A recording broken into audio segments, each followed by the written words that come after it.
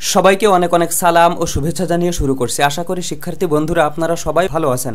তো আজকে আমি চলে আসলাম আরও একটি নতুন আপডেট ভিডিও নিয়ে।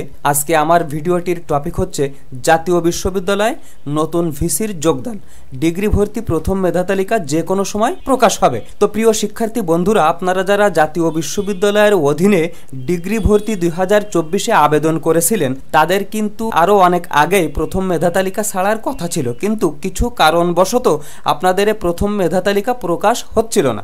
তার মধ্যে অন্যতম প্রধান কারণ হচ্ছে যে জাতীয় বিশ্ববিদ্যালয়ে কিন্তু অনেকদিন যাবৎ ভিসি ছিল না, ভিসি পদত্যাগ করেছিল। আর এই ভিসি পদত্যাগ করার কারণে কিন্তু ডিগ্রি ভর্তি প্রথম মেধা তালিকা সহ আরও অনেক কার্যক্রম স্থবির হয়ে পড়েছিল। তো আপনাদের জন্য রয়েছে বিশাল সুসংবাদ, সেটি হচ্ছে যে জাতীয় বিশ্ববিদ্যালয়ে নতুন ভিসি যোগদান করেছে। তাই ডিগ্রি ভর্তি প্রথম মেধা তালিকা কিন্তু প্রকাশ করা হবে অন্যান্য কার্যক্রমের সাথে। তো চলুন এখন আমরা এই ভিসি সম্পর্কে সামান্য কিছু জেনে আসি।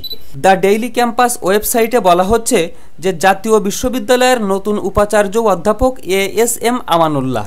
তো বিস্তারিত যেটি বলা হচ্ছে সেটি হচ্ছে জাতীয় বিশ্ববিদ্যালয়ের উপাচার্য হিসেবে নিয়োগ পেয়েছেন ঢাকা বিশ্ববিদ্যালয়ের অধ্যাপক ডক্টর এএসএম আমানুল্লাহ। রাষ্ট্রপতি ও বিশ্ববিদ্যালয়ের আচার্য মোহাম্মদ শাহাবুদ্দিন তাকে নিয়োগ দেন। অধ্যাপক আমানুল্লাহ ঢাকা বিশ্ববিদ্যালয়ের সমাজবিজ্ঞান বিভাগের অধ্যাপক। তিনি একই বিভাগের শিক্ষক ও জাতীয় বিশ্ববিদ্যালয়ের সদ্য পদত্যাগকারী অধ্যাপক মশিউরের স্থলাভিষিক্ত হবেন। তো আপনারা এই সংবাদের মাধ্যমে জানতে পারলেন যে জাতীয় বিশ্ববিদ্যালয়ের উপাচার্য অর্থাৎ ভিসি কিন্তু পরিপূর্ণভাবে নিয়োগ পেলেন।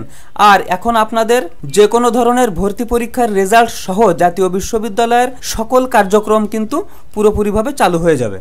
আর বিশেষ করে ডিগ্রি ভর্তি প্রথম মেধা তালিকার যে রেজাল্টটি রয়েছে সেই রেজাল্টটি প্রকাশের যে কোনো ধরনের নোটিশ প্রকাশ হওয়ার সাথে সাথেই কিন্তু আমার এই চ্যানেলে ভিডিও প্রকাশ হবে। আর সেই ভিডিওটি সবার আগে পেতে আমার এই চ্যানেলটিকে সাবস্ক্রাইব করে সাথে থাকবেন। তো আজকের ভিডিও এই পর্যন্তই। পরবর্তীতে আরো সুন্দর আপডেট সহ ভিডিও নিয়ে আসার প্রত্যাশায় আজকের মতো এখানেই বিদায়। আল্লাহ হাফেজ।